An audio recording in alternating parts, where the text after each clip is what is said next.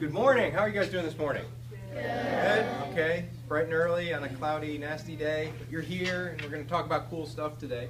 My name is Don Warsing. You might know my son Joel. He's here, Hilburn, 6th grader, one of your compatriots here. I'm a professor at NC State University. I'm actually in the College of Management there. So you look at, there's a business school professor here talking to us about engineering. How does that work? Well, industrial engineering, I think, is really the engineering discipline that works at the interfaces, okay, where engineering touches other kinds of activities, other kinds of academic areas. Okay? That's what I think is really cool about industrial engineering. And so I'll explain to you a little bit later about some of these interfaces and the interfaces that particularly drew me into the particular direction I went to in terms of working with business and economics. But there are industrial engineers who do that. There are industrial engineers who do lots of other things too. Industrial engineering is a very broad field, and that's why I really like it, because it draws from lots of different academic subjects. In that way, I think it's really interesting, and I'm very glad I became an industrial engineer and eventually, ended up working in academics. Industrial engineers work in lots of different environments, so I'll tell you a little bit about those kinds of things. Well, first of all, we'll step back, we'll think about engineering, okay? So I know you've been thinking about engineering. What is an engineer? What do engineers do? Well, whenever you want to define a word, you don't know exactly what it means, where do you turn to? You want a definition of a word, where do you go? You go to the dictionary. I went to the dictionary. There's a cool dictionary online, Merriam-Webster, okay? Gave me a great definition for engineering. The work of designing and creating large structures. So there are some engineers that work on big structures like roads or bridges, and you're going to hear from a civil engineer. That's the stuff they do. Or new products and systems by using scientific methods. I'm one of the engineers that works in the area of new products and systems. Systems is kind of a fancy word. Industrial engineers often are called industrial and systems engineers. That's actually my degree, is industrial and systems engineering. The people that I work with at NC State, I work with a lot of the industrial engineering professors there. I work with lots of graduate students in industrial engineering at NC State. Their department is called Industrial and Systems Engineering. So a system is where lots of different things come together to try and achieve some kind of an outcome. Right? So there are engineers that think about systems and how systems work. There are engineers that design products, physical products. There are engineers that design services, new ways to get things done. Okay? And they use scientific principles to do that. Cool website I found. I will credit my wife with this. She found this yesterday and said, "Boy, you could probably use this." And she was spot on. She knew that I could use this. Our friends at Discover, for Engineers Week, the last Engineers Week, pulled together a website that has great information about engineering. And in general, their definition was, what do engineers do? Well, they take math and science from paper, from things you would sketch out, designs or math or solutions to problems, and from the lab, where the scientists are working to understand the world better, and take those things and use them to invent, design, and build things that matter. That's a cool definition. If ever you want a good quote, you can always turn to Albert Einstein. Pretty smart guy. Gave us lots of good quotes. One of his was actually about engineering. And so he was distinguishing what scientists do from what engineers do. So his quote was, "Scientists investigate that which already is. They try to understand the world. Engineers create that which has never been." That's kind of cool, right? So the scientists are focusing on understanding the way the world works. Engineers take that understanding and try to put it into practice. We know how the world works now because of the things that the really smart scientists have done. Now that we know that, how can we use that knowledge to make things work better? Engineers make things work better. They make new things that do achieve outcomes that haven't been achieved before, or they make things that already exist work better and make our lives better. Cool. All right. So in pictures, part of what you probably know about engineering now is that primarily it draws from two areas, okay? The physical sciences and mathematics.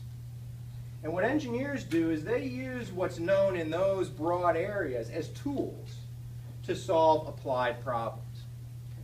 Applied problems. You think about what you've done over the last week or week and a half. You've solved an applied problem, right?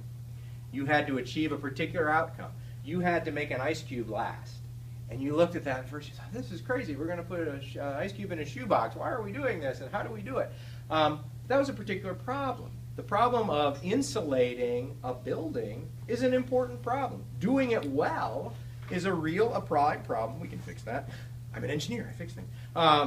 So it's a real applied problem. You take a scientific principle, what makes things melt? How do I keep energy from making things melt? I'm going to solve a problem. Take my scientific knowledge, take some math tools, solve a problem. That's what engineers do. Okay?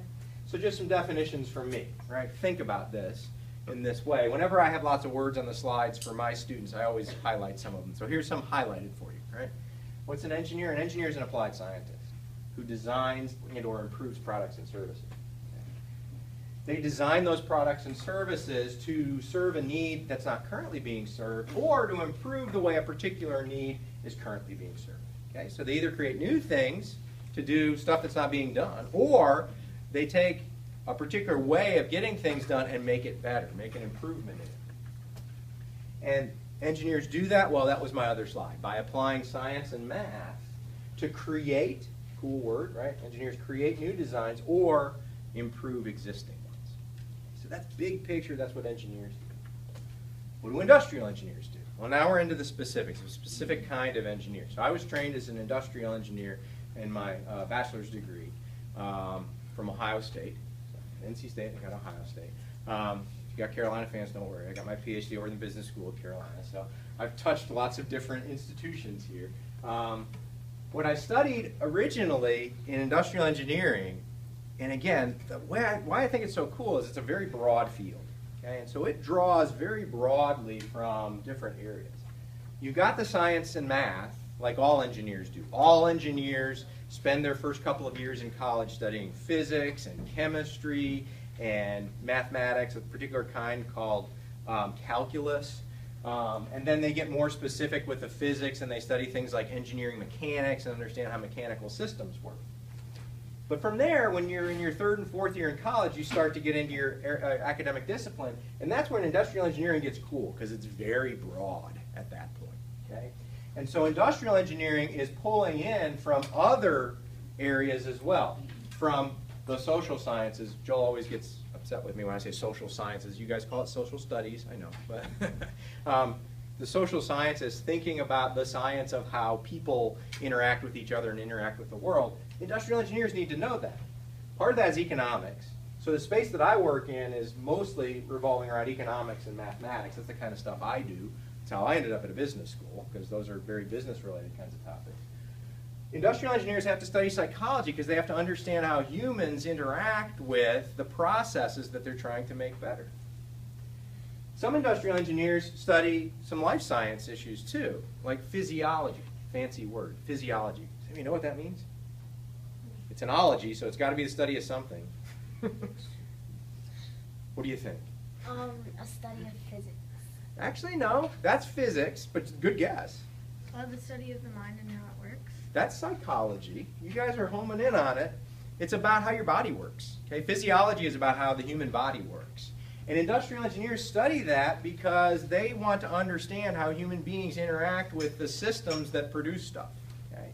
And sometimes that might involve lifting things. Well, if people are working in a process where they're lifting things, we better make sure they don't get hurt. We have to understand how their backs work, how much load a human being can lift safely and move to somewhere. If people are moving things and turning things with their hands, if you do that too often the same way, you can, wear down parts of your wrist or your arm, and that can, not be a good thing. So some industrial engineers study physiology because they have to understand that human interface with the process.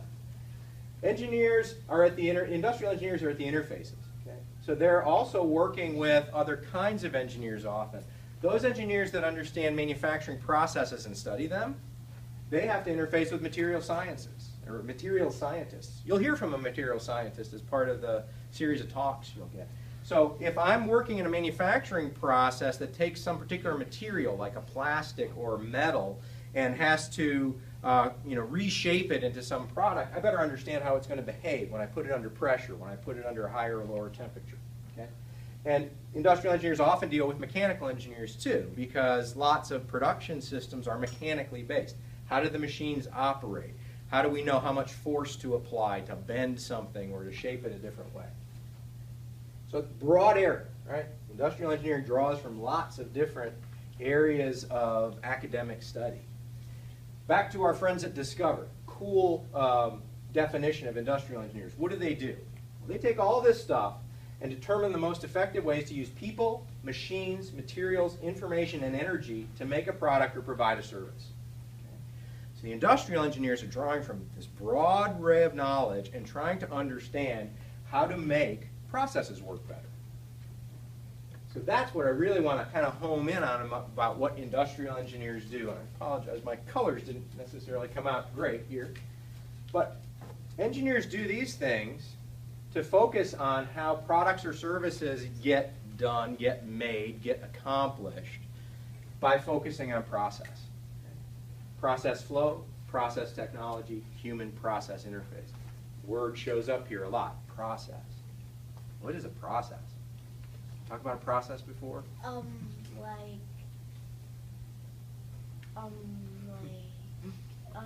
Processing stuff. What does it mean to process stuff? It's like, a process is like, it does it all over again. Okay, something that repeats and does something over again. It does it repetitively. Sure, that's fair. Yep. To manipulate something. Yeah, that's a great definition. So a process manipulates something. What process does is it converts some input into an output. Okay? Any process is going to take some inputs, it's going to turn it into outputs. There are physical processes, biological processes. At some point you might talk about like photosynthesis, right? A plant uses the sunlight to convert it into energy that it can use. Okay? Those are inputs and outputs. Lots of physical systems are processes. They convert inputs into outputs. Okay? And so understanding how processes work is about what industrial engineers do. Some industrial engineers study the process flow. How do those inputs move through? How do the outputs get created? How does the flow work? Some industrial engineers focus on the technology.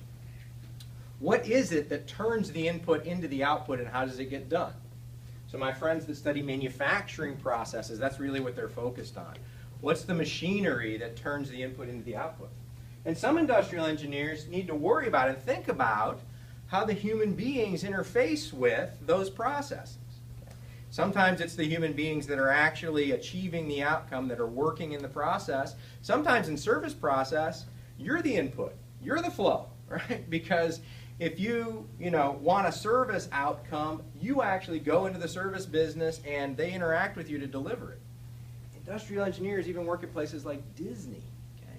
If you think about that, that's a service process. And they call them Imagineers. It's really cool, right? But the idea is there's flow in that process. You, the people that want to have fun at Disney, are in the process. You are there not getting to ride something, then getting to ride something. Okay, input got converted into an output. You wanted to ride it, now you got to ride it.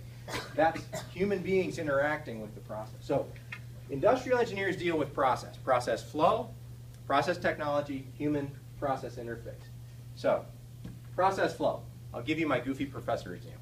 Okay? I say goofy professor example because I created this in my office, and I used it to torture students on an exam recently. Oh gosh, wait until you see it. Oh, if you had a test and you saw that, what would you do? You'd run out screaming and crying, right? Wow, that's complicated. That's a process flow. Have you ever seen anything like this? Yes. I was told in your science class you saw something like this. Is that true? Yes. Yeah. It's a process flow chart. Now this one's complicated, okay? But we have to use this, a map, to describe the flow. Okay? And so industrial engineers that work in areas that I work in, thinking about how to make systems better, might map out a process like this. And this is a process that describes a call center. So somebody needs service on a product, for example. So I just created this goofy example that I put on an exam. And I had students thinking about the pools of resources. Resources are what get used in the process to turn the inputs into the outputs. Okay? And if I have these people that are working in the process and I have a certain number of them, can they handle the flow? And so the call comes in and it comes to what's called a voice response unit. And you've probably heard your parents grumble and complain. They have to call for service. And I don't get to talk to a human. I have to talk to a computer, and I have to press 1 or press 2 or whatever, right? And so they're sitting there in this voice response unit. Their call is waiting. So the call waits in this buffer, and then eventually it goes to a service technician. And we have to understand how much time it takes for them to understand what the problem is. If they can resolve it, they're going to try. If they can't, they're going to send it to a higher level of support. If that higher level of support can't solve it, then they're going to send it to a higher level of support. And this is all describing that flow. I know how many calls are coming in. Maybe 45 calls per hour is what that says. And I know how fast any call can be handled. And so now I can say, can those 6 technicians handle enough calls to satisfy enough customers without too many of them waiting or having to go away? Complicated, but you have to describe it to understand it better. Yeah. What if the highest level can't solve Can't solve it? I covered that. Because I've got this decision that says, can they resolve it or not? Then they're going to go have the customer schedule some time with a product engineer at the highest level there. Okay? And if they can't solve it, well, here's what I tell my students. You got to bound the process. You got to have a beginning and an end. You got to know what you're dealing with. Okay? Same thing when you did your ice cube problem, right? You had to know what matters to your problem, what doesn't matter to your problem. What are the things you can control? What are the things you can't control? Same thing here. I'm going to describe the process so I understand it better. I'm going to put a little box around it and say, this is what I'm focused on. I'm going to fix this problem. Those problems that are outside of that, well, that's another set of problems to work on another day, right?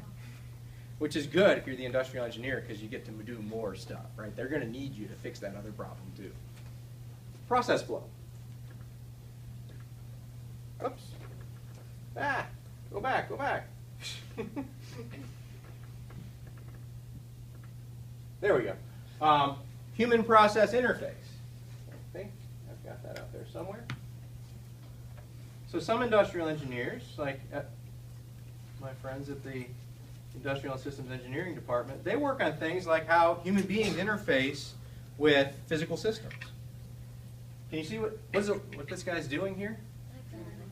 He's driving, but it's a driving simulator. He's not really driving, but he's in a simulation that makes it look like he's driving, and he's got some equipment hooked up and maybe measuring where his eyes are looking and how long they're looking at that area. Okay? That's the psychology interface. How does his brain process the information that's coming to him? So there are industrial engineers that deal with what are called cognitive systems. How do people think about things that they're seeing? Sometimes that could be in an environment like if you're driving. If your job is driving, you drive a truck, we better understand really well how you interface with that system that you use for your work. If your job is dealing with machinery on the production line and a big red light flashes, that probably says something's wrong, right? Well, that's what human beings tend to think about. So how do they think about that? How do they respond to that? How do we keep people safe in their environment? So engineers, some deal with those kinds of things. Yes, sir? So at one point, they probably figured out that a big red light with sirens should not be the brake whistle. Yeah, you need to be careful, right? It's a prayer, it's time for a break. It's break. I thought something. It could mean something wrong, right? Red lights mean something's wrong. So how do humans process something? Now, if you put on a green light and you're trying to tell people that something's wrong, well, that doesn't really work, right? Because most people don't associate a green light with bad stuff. So understanding how human beings interface with the system is important. And then my last slide, and I'll give you a cool example of some stuff, and then we can take any questions if we have some time left. Process technology. So I talked about process flow, I talked about human process interface, I talked about process, now talk about process technology. So here's my thing here. Times, they're changing, okay? Things are getting different in terms of how manufacturing processes work. So my example there is old school, which is old school manufacturing processes were about forming existing metal and removing metal from some inputs, okay? And so when I was an undergraduate student at Ohio State, I still remember this because it was such a cool experience to go down to the manufacturing process lab, and they made this for me. This is actually a top, okay? And this top got created in the span, I think it was about 30 seconds this thing got created, okay? There was a steel bar that was coming through what's called a computer numerical controlled 5-axis machine. Really cool piece of machinery. This bar was coming in. There's a blade that spins on it like this. Bar is turning. There's a blade that comes in. It removes some metal. And it created this particular shape. And this is going really fast, right? Cuts it off, sends it out the other side.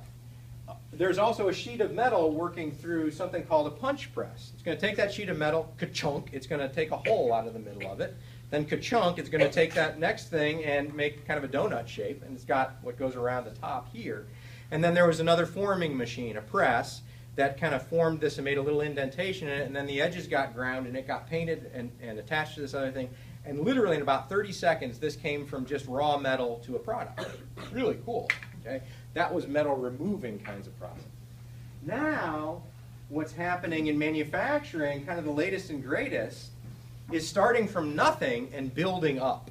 Okay? It's called additive manufacturing. And so I have an example of a product that's built by additive manufacturing. I don't know if you can see it very well. You'll be able to see it on the video better. It's kind of like this little cup. Okay? It's like a little cup here. Anybody have any idea what this little metal cup might be used for? What do you think? Like those Christmas balls. Oh yeah, it looks almost like part of a Christmas ornament if you attach two pieces of it together. But no, good guess. But, yeah. It actually has a medical application. Does anybody have an older relative who might have had part of a bone replaced? What? It's like a little version of the thing that the pirates wear. Oh, it kind of looks like that, doesn't it? What it is, it's a hip socket replacement. Okay? Now, it's a small one. Turns out it's for a dog. And NC State has a veterinary school, and so the engineers work with the veterinarians. And so they've created this technology to produce these hip cup replacements. Your hip is a joint, right? It's a ball and socket joint. That's the socket that's part of that. Now, one side of this is really smooth because it's where the ball rotates and it has to be smooth. The other side is very rough, okay, and it's got a lot of little pits and a lot of little indentations in it. But it's supposed to have that. Because in those indentations, when this gets implanted in the bone is actually going to grow into this. And so this is where you're talking about physiology and life sciences and interfaces with engineering, interfaces with material science. This gets built up from nothing. This machine is called an electron beam melting machine. This is what created a product like this. And what happens is a metal powder gets sprayed inside a base here. And then a high energy beam of electrons gets blasted onto that powder and melts it in one particular area to create one layer of this. Then more powder gets spread and it melts it again and it creates another layer. And over time it will build up this product. And it'll build it in any complex shape you want to build it. And so part of what you have to figure out is how to orient these things in this machine to make as many as you can efficiently. That's an IE problem. How many can I make? Can I make them as efficiently as possible? I'm actually working with a PhD student in industrial engineering who's working on that problem. If I had lots of things that had to be oriented different ways that have lots of shapes, can I solve the problem relatively quickly to figure out how to orient them to feed the machine to set it up so that it can produce this output? Now, we can think about the material science interface here too. Sometimes these additive processes work with plastic. So you might have heard of like 3D printers. That's a picture of a 3D printer. It sprays melted plastic down, and then when the plastic solidifies, it builds up from there. This is actually spraying metal in powder and then melting it. Anybody guess what kind of metal this is? Lewis? Iron. No. Iron would turn into steel. This is actually not steel. If you've had a relative that had a hip replaced, you might have heard of this. You know, Miss Armitage. I have a titanium plate in my wrist. There you go. Titanium. Now, titanium has certain properties. I think it does not break down inside the human body. So titanium gets used in medical replacement or medical replacement parts often. This is made of mostly titanium and then 6% aluminum and 4% vanadium. So it's titanium, aluminum, vanadium. And I have lots of links to stuff on here. There's actually links about the properties of this TI-64, it's often called, this titanium alloy. Okay? And then they spray this as a powder and they melt it down and build up a product from it. So I probably went over. I can talk about more. I have plenty more slides. I'm a professor. I always have more slides than I need. And I've got stuff about me, how I became an industrial engineer, what I did from there. If you have more questions, you can ask me. I think the big group is going to come together and ask me some questions. But if you have some questions here, we can talk about that, and I can kind of jump around. Yes? What's the chip in there? Like it's like This part? no, the broken. Oh, yeah. So this is broken off because of the way the hip socket is actually formed in your body. The hip socket is in a perfect cup. It's going to have an area where you can rotate in a particular direction. So that had to be cut out of this. Okay? Or in this case, actually not even cut out, since it was built up from nothing. The computer that created the layers to build this knew that it didn't create the circle all the way around. Okay?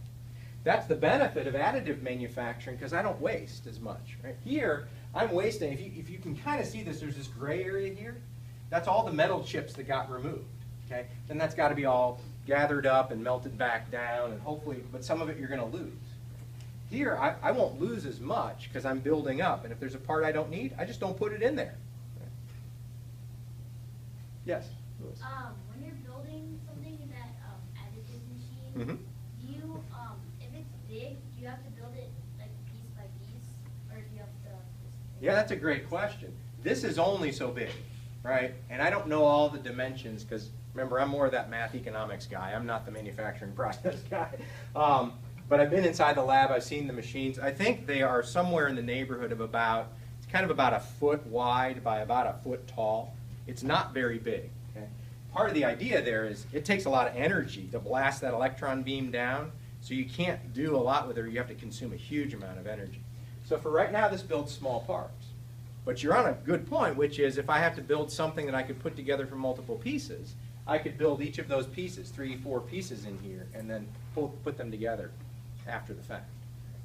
After you build this, there's always something that might need to get done to it. See, that little nub that's on the top of this actually is not part of the part. This will have to go into one of those computer numerical controlled machines, and they'll cut off that nub, and then they'll drill out the hole, because there's a hole that's used to attach, to anchor the cup onto the bone. Is anyone interested in how he became an industrial engineer and what his passions were so that he knew how to Yeah? That's a good question. Actually, I told the other group that. So here you go. Okay, so if you're old enough, you remember David Byrne from the Talking Heads. How did I get here? Oh, that's a good question. And I'm not actually practicing as an engineer right now, although I work with graduate students in engineering, but I don't go out into a process and solve problems every day. Often I deal with business people who have particular situations. They want to talk to us at the business school or at the engineering school about things that we do. So I got my undergraduate degree in industrial and systems engineering from Ohio State way back in 1989. Wow, you can't even think back that far, can you? And I worked here at IBM, and we assembled computers, so it was about process flow. Actually, when I started, I wanted to be an electrical engineer. Okay? And here's where those bridging off points come from. Okay? Electrical engineers, mechanical engineers, a lot of what they do is focused on the item that they're designing or building. So a lot of it is design. A lot of it is kind of, bench work. And so I had a roommate who was a junior when I was at Ohio State when I was a freshman. And I still remember vividly the one day I left Rod and he was there plugging components into a little board and writing things on his notebook about the way it was performing. Okay, kind of cool, right? He's doing some tests. I came back about 2 hours later. Rod's still there, plugging things in and writing stuff in his notebook. I said, Rod, what's been going on? I've been here doing this. Really? I don't think I wanted to do that. Now that's my personal choice, because I didn't necessarily want to spend all my time so focused on the bench and what's going on the bench top. Remember I told you about the human process interface. That sounded more compelling to me, about understanding how people interact with the system. I thought, well, I'd rather regularly interact with the machines and the people, and that's why I thought IE was really cool. So that's how I ended up in that direction. Now, if you really love the physics and the physical science, and that's what lights your fire, that's great. Okay? But for me, it was kind of blending, being able to kind of see how all the pieces came together. The other thing is, you kind of think about whether you're more of a visual, physical person, or whether you like thinking in abstract terms. The other reason I probably wouldn't have been a great electrical engineer is electrical engineers have to think in kind of abstract terms. You have to think about electrons flowing through a system. You can't see electrons flowing through the system, so you just have to think about how that works. I'm a visual person. I like to see the stuff flow through the system, and so industrial engineers get to actually see the flows, and that worked better for me. Okay? Now from there, I went on. When I worked at IBM, I worked in industrial engineering, materials management, quality engineering. I was manufacturing manager for a little while.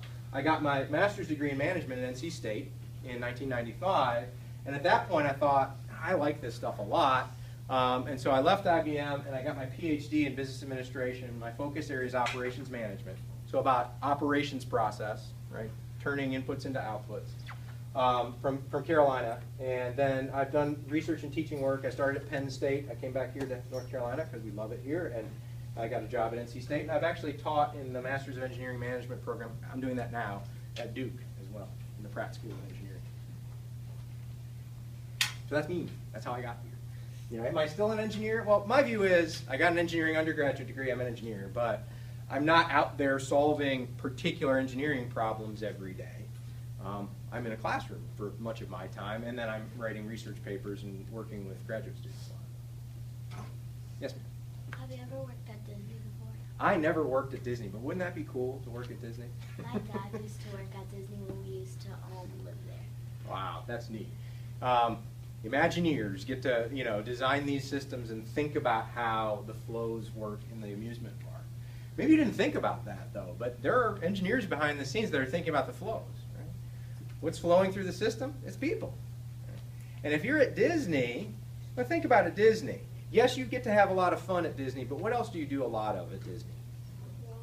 You walk, and then after you stop walking, between when you walk and when you have fun, what do you have to do?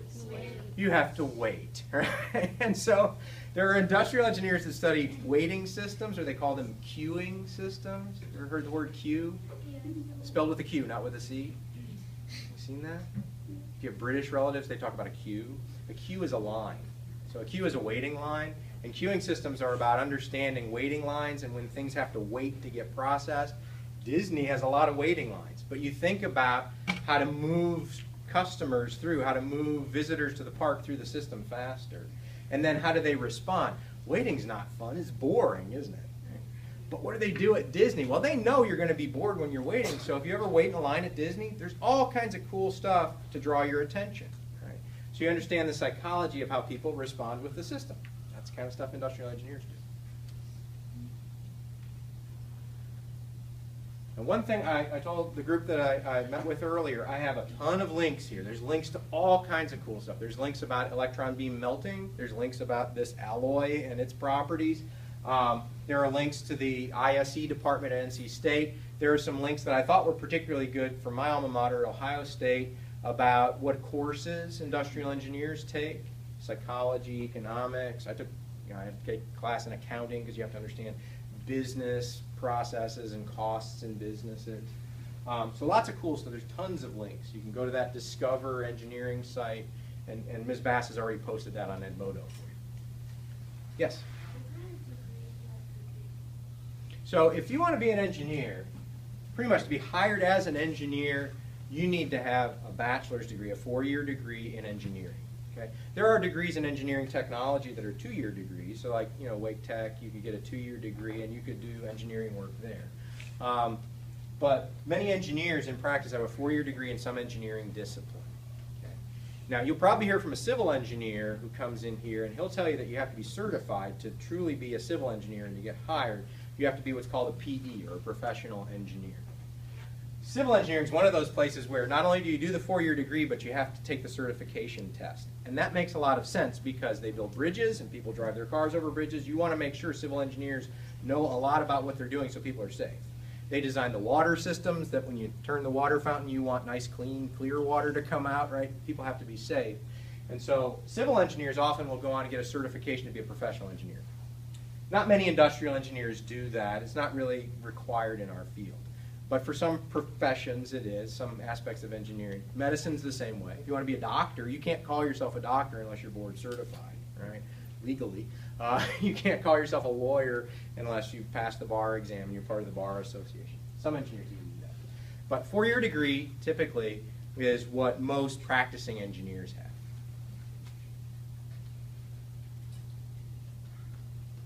And then some of them go on and keep going to school like I did. So, it happens. Other questions?